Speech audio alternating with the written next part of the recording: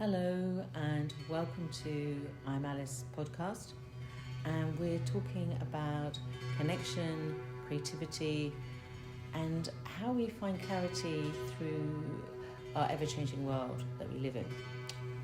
So we're talking about transformation and change. So welcome to this edition of I'm Alice podcast. I hope you enjoy it.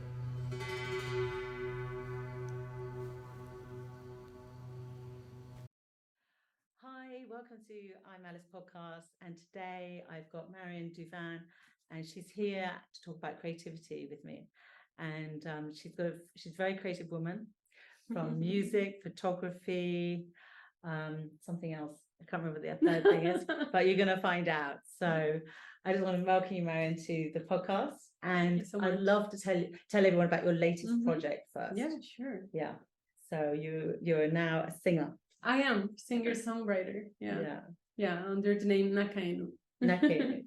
And what is Nakaenu? Where does it come from? And how did you get into singing? Wow. Because I think it's a fairly new thing. Very beautiful story. Yeah. So I was diagnosed with a tumor in my throat. Right? About 4.5 years ago. And I was working as a destination wedding photographer, and I was traveling around the world, and I was very successful. But I was feeling like there was more to life. I was also coaching photographers. I was a lifestyle coach for photographers and wedding photographers. And what happened was that when I got sick, they diagnosed me. They told me, well, you're gonna lose your ability maybe to talk and also move your hands and maybe walk. So you might have to learn to walk again, because it was in the jugular vein, and connecting also to the brain. So like a lot of things, and so I did my research, and then I went to a special center so I could, save my voice and I could heal. And the tumor is still there, but it's like it's sleeping, it's like death. It's not growing anymore. And how did you take this news? You're running around the world, being jet setting, no doubt, doing big celebrity weddings or big weddings. Big weddings, not celebrity, but like big weddings. And then to have this news. And then when I received the news, what happened was, oh my God, like I always think news are, like a change of path, news like that. So it was like, okay, so what am I supposed to do? If I lose my voice and I had 1 month to say what I have to say, what will I say? So I went into a quest of losing my shame. So I became a joy ambassador. So I was actually, like, during the pandemic, I was teaching twice a day about laughter and about how can you heal with laughter, and like, joyful ways of, showing up in the world. And I was wearing confetti clothes and like sparkly and stuff, and like doing all these crazy things and using my voice and singing, and like I had no shame. Now that I look back, I'm like, oh my God, did I just do that? But it was like my way of expressing everything I didn't express before plus. And so, no one thought you were crazy? No one thought you were crazy? A lot of people. And which country were you in when you were doing all of this? In Switzerland.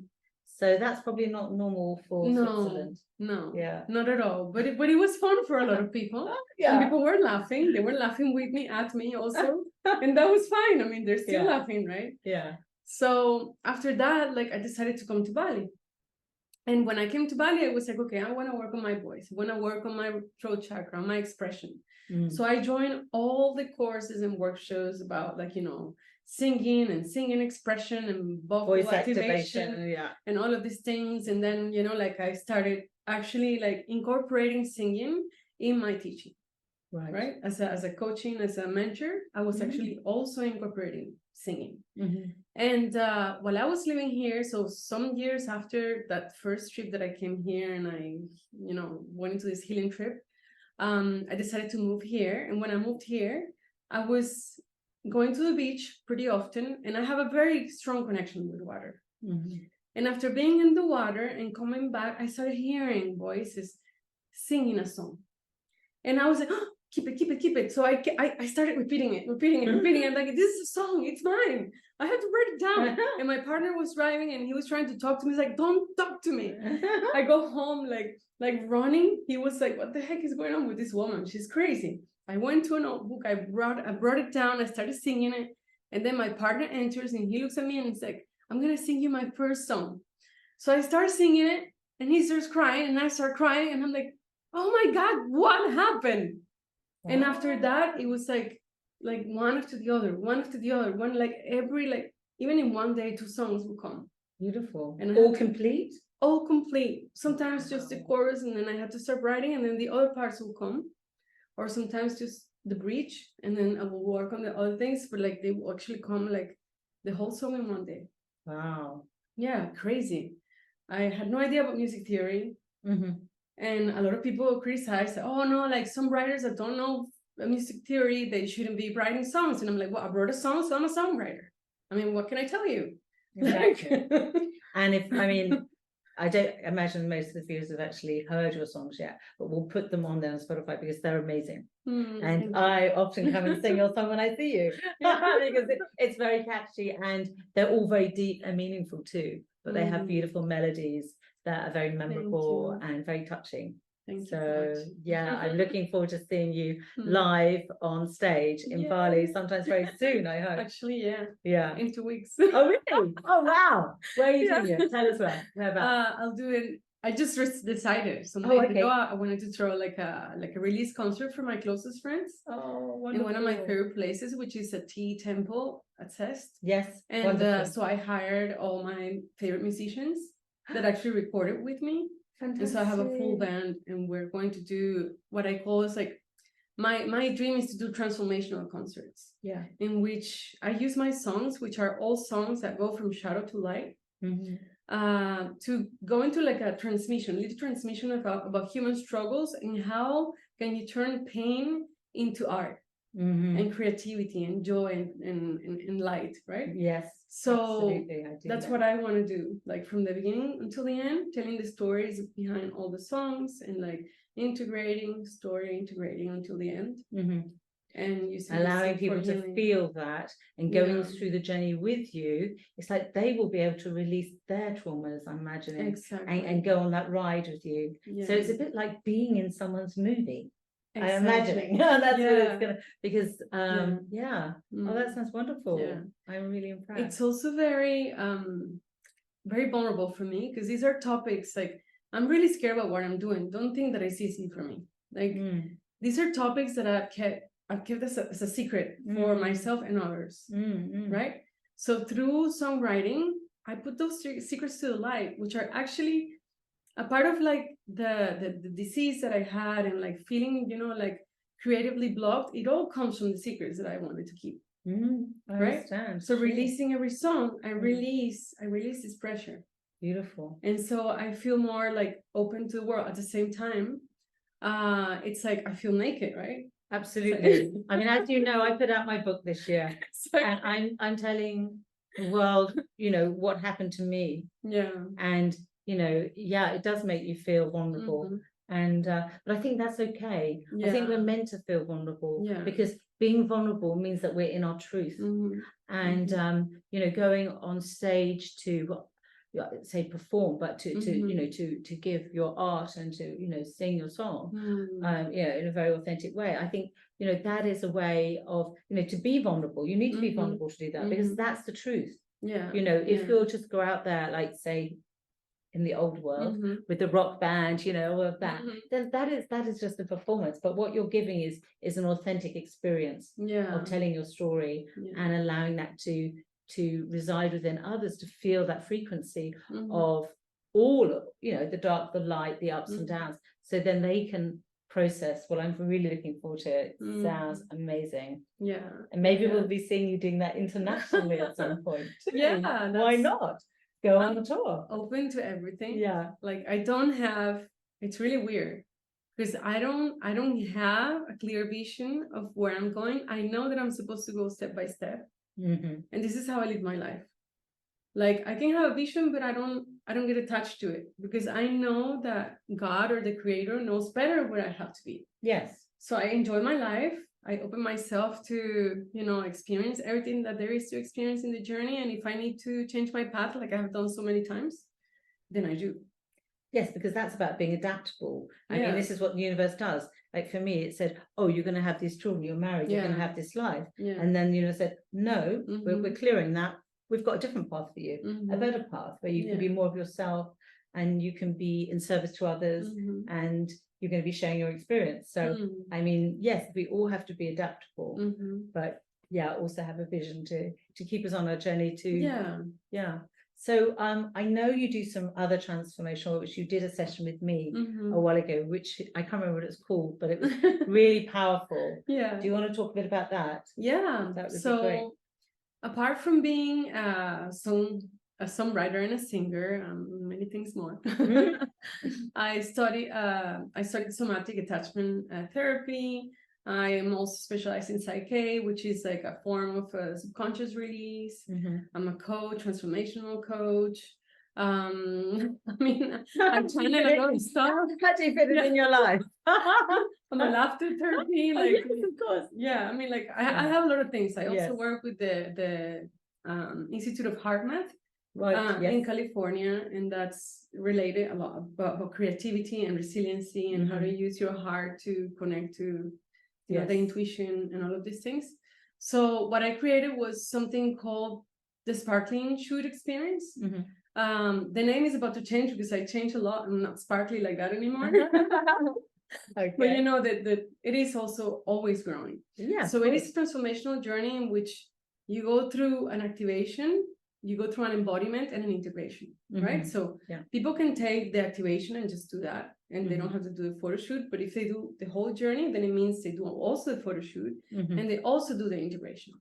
So what you experienced was the activation, which is a journey in which I combine everything that I learned plus the things, you know, I am really good at seeing patterns in people, reading. I have a little bit of like a glimpse in the future sometimes. Wow. So I can, a little psychic. I work it through heart math, and they explain it, you know, like everybody can do it. You just have to do some certain, you know, breath work that I do every morning and every night. It's called heart and brain coherency. And then you train yourself to see the future. So what I do in these sessions is essentially like going to your body, your mind, and your spirit, and do like a general, like I see through some compassionate questions and inquiry where you at. Right. And then I go and I feel into you. What do you need? You need some more, you know, somatic experience. You need to do parts work. You need to do, I don't know, breath work. We both studied breath work in the same place. And ice baths. Exactly. I haven't forgotten. So it's not like it's not the same for everyone, because not everyone needs the same medicine. So what I do is I have a box of a lot of, you know, pills. Then whoever comes to me, I just screen it and I say, this is my recipe. My recipe is that we're going to have a breathwork journey, and then we're going to do like a subconscious release, and then we're going to do this, and then you know, like, and in the end the person comes out more empowered and clear about what is it that they need to embody. In the embodiment step, what we do is I use the photo shoot as an embodiment ritual.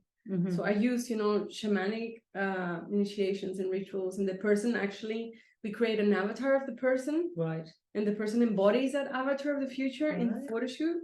And we use rituals that are actually contain transmissions on what they need to continue on their journey. For example, strength, courage, trust, being able to be seen in front of people.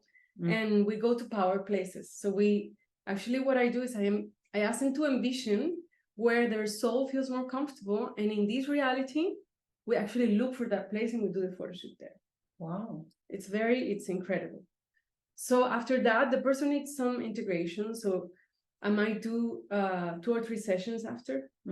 Some people just do 3 steps, some people do more, depending on. So I have journeys that are like even 1 year, and they include 2 photo shoots, you know. And if a person wants to do the normal, it's 3. And then the integration is, so how do I bring everything that I brought from the skies and everything that we worked on, and how do I apply it in this life? So I use feng shui, I use I mean, like everything that I know, that I mentioned before, and I create a plan for this person. We create it together. Actually, she creates it or he creates it. And this plan of embodiment is mostly like homework.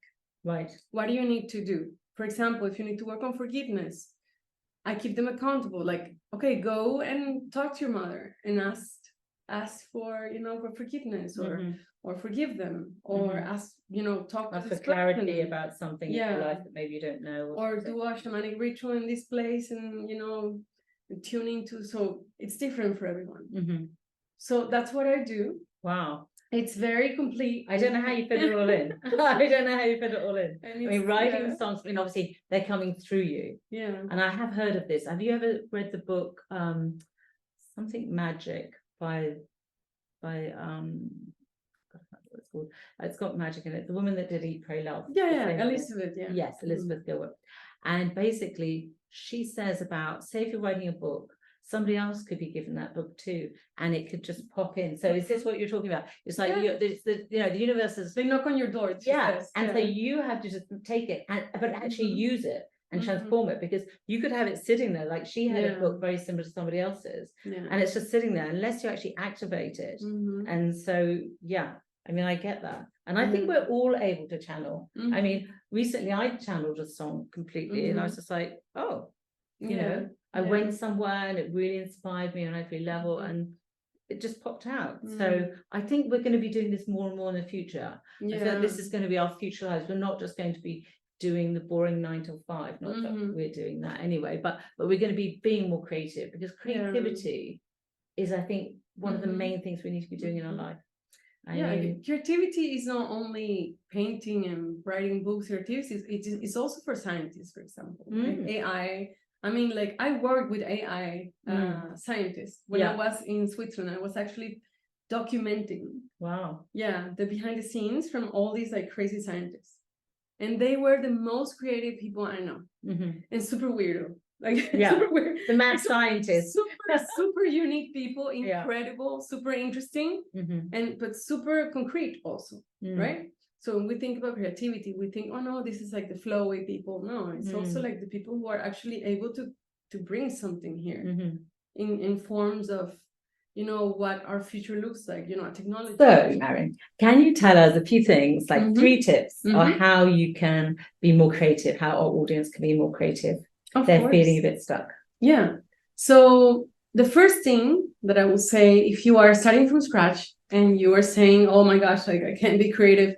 So you are energy, right? So what can happen because you're stuck is because you are holding on to so much of the programs and the things and the identities that have been given to you that you are not ready to be free and creative and to flow with the world. So I will go on a detox, go on a subconscious release session, go into a breathwork session, go into different modalities that can actually liberate your body, your mind, and your spirit from everything that was given to you from 0 to 7 years old, when you were a sponge and when you created your personality, which is actually not you, right? Yeah, I get that. The second part, once you do that, because like transformation is slow. Like the slower you go, the more you transform. So you cannot just beat yourself up and say, hey, like, I'm so mad. Like, I'm so mad at myself because I'm so, I don't know, I procrastinate a lot. So how can you find ways to love what you already have? Find the qualities within yourself you already have, just bring them out of it. Shed the light on them. And say, what can I create with what I have? I have a soup here. How can I make it more flavorful, Like you said, a little bit more salt, but I have this soup, Yeah. And then the third one is breath. Yeah. To me, breath is God, right? And God is the creator. So if you don't breathe, you won't be alive. Exactly. So I mean, like through breath, and if you learn different modalities of, it can be breath work, it can be heart and brain coherence, you can create more resilience capacity, and more ways to connect with your intuition. And that can actually help you channel ideas. So the more calm and the more you surrender, the more you can actually attract ideas to come to you, because that's what we spoke about, right? They knock on your door, and then you can just they come through.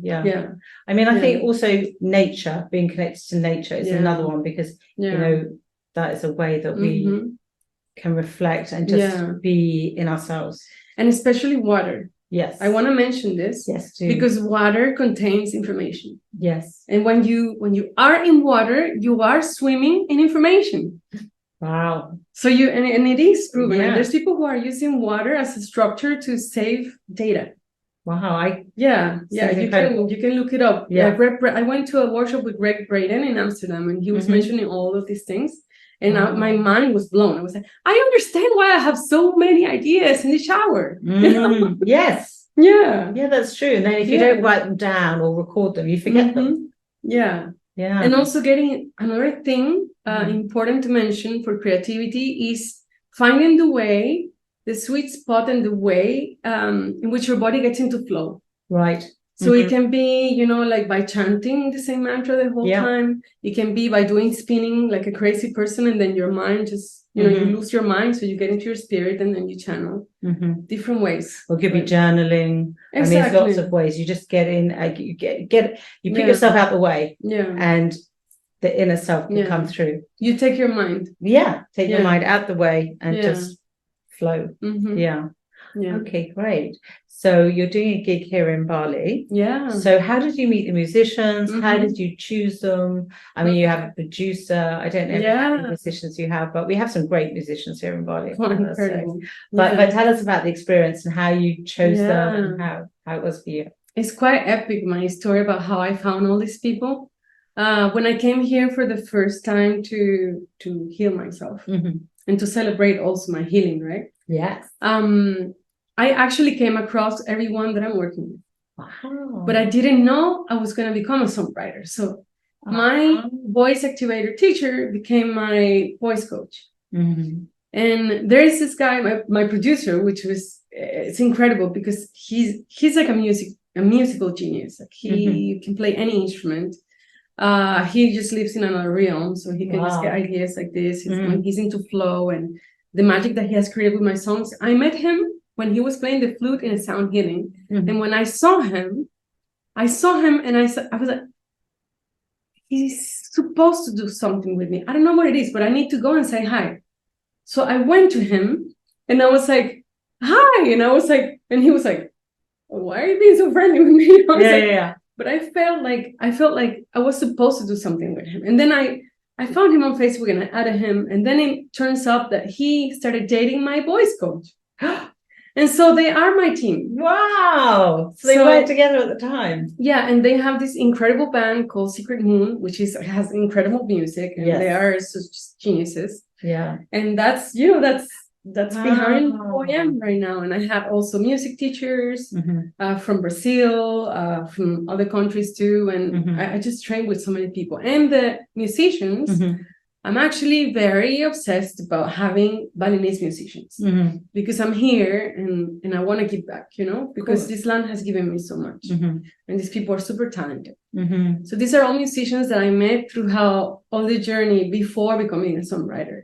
Wow. Yeah. Preparing your path for you. Exactly. Incredible. I wonder, this is crazy.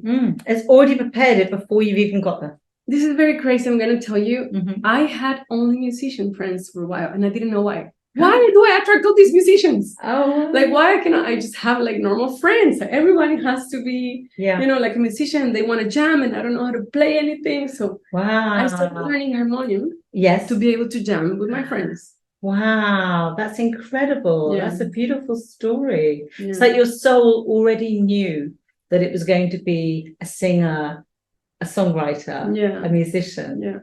That's amazing. I love that story. Crazy story. I love it. Well, I'm really looking forward to the gig, and maybe you'll be recording that so you can put that. I have thought about recording it and taking photos and then uploading on YouTube. That would be great. So I'll put all the details of course on there. But I also wanted to talk to you about human design. So I know we've spoken a little bit about it. I know I'm a manifesting generator, but I don't know that much about human design. But if you want to share anything about human design and how that's helped you and how you use it as a tool to help others. Yeah. So this is another one of my tools. I forgot to mention. Okay, it's pretty big. So what it helps me because not everyone has the same energetic structure, right? We are born and we are given a certain structure that guides us to action in the world in different ways. For example, I'm projectors. Projectors are supposed to be the guides of the world, but they're not supposed to work. Right. And so I didn't come here to work and to imagine. Yeah. Like, I don't have a lot of energy. I get energy from spending time with others. And I'm really good at seeing patterns. And so that makes me a really good coach and, like a sort of like a director or manager. But whenever I do work that is not supposed to be the work that I'm doing, I feel frustration. Right. And I feel bitter. Bitter, especially bitters. Bitter is like, and that's in my design. Yeah. So whenever I feel bitter, I know that I shouldn't be doing that. Right? Yeah. So for example, you are manifesting generator. So you have both this energy of like being able to juggle, like, like work with different projects. Yes. But you also have the energy of the world, like the creativity energy of the world. So you are like, okay, let's do this. And you have all the energy. Yeah. And on top of that, you can do it in different projects. Yes, that's true. I don't have that. Naturally, I don't have it, although sometimes I do it. I have a partner who has the same design as you, so we're a really good match. Oh, great. While generators are, like the force of the world, like they are here to create the 9 to 5, the ones that are like, yeah, let's do it. And the reflectors are just like, they're reflecting. They're like the mirrors of the world. For everyone. For everyone. Like they're really good mirrors. I love human design because if I have to say, it actually saved my life and my self-esteem. Wow. Because I always had this problem of, why do I procrastinate so much? Why can I just like show up fully to this? Why do I have to recharge so much? Why can't I just work 9 to 5? Like, why am I tired at 1 p.m. and I want to go to sleep? So it turns out that I can only work 3 to 4 hours a day. Yeah. And that's what I do. And the rest, I just have a lot of fun. And I have a lot of sofas in my house. So I can actually relax. And when I relax, I don't feel guilty because I know this is my design. Right? Well, I feel that would fit in with me, to be honest, because I struggle, I maybe do too much, and I've done lots of burnout in the past. And so I have trouble sort of just lying around relaxing, something I need to practice a bit more, I think. But great. I love that idea. Yeah. Maybe I could be a bit of that one too. Maybe we all need to be. I don't want to do 9 to 5. We all need to recharge. We all need to. We do. But of course, we all need to also honor our structures, right? Like it's not that we came here with a homework or like, you're this way. I mean, we can all transform. Sure. But there's a limit. I mean, I believe also in, your zodiac sign and all of these things. And I think everything influences. Absolutely. So you have a little bit of room to wiggle around it, but you cannot escape your design. For example, also the fact that I have ADHD is also something that I had to learn to live with because I didn't want to take medication.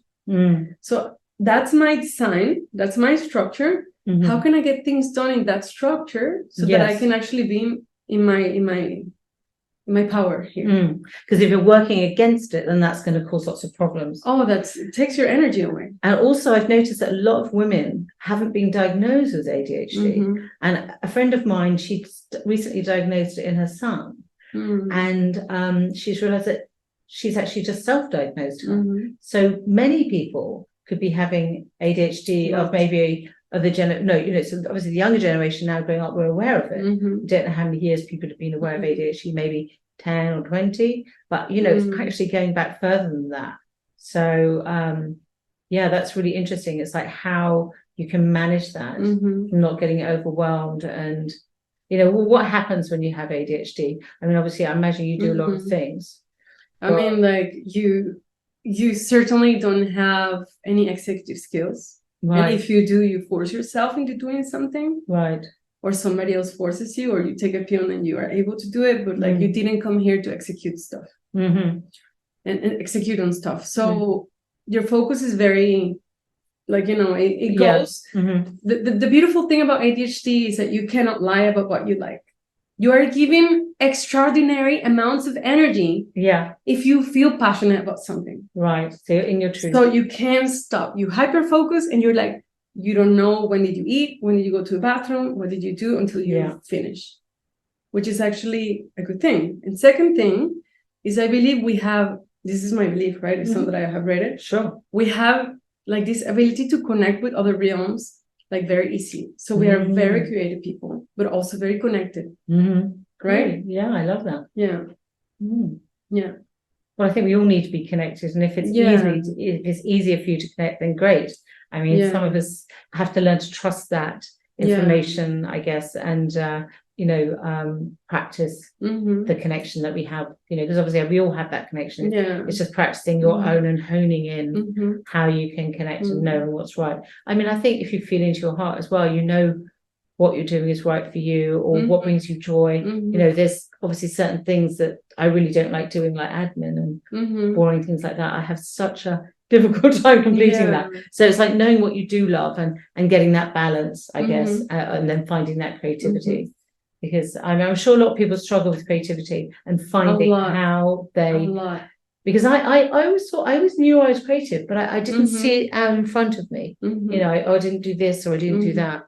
But we're all creative beings. That's why we're here. And the thing is that a lot of people are being creative without even knowing it, because there are different types of creativity. What we think is creativity is like the creativity that we get from another realm, like from the whatever dimension it is. When we get an idea that's new, that hasn't been here, that's what people think about creativity. But there are other types. For example, you can put two ideas together that already exist and create something new. Absolutely. And you don't need to be doing any breeding stuff. You just need to like look into, what the world needs and create a solution. And you're being creative.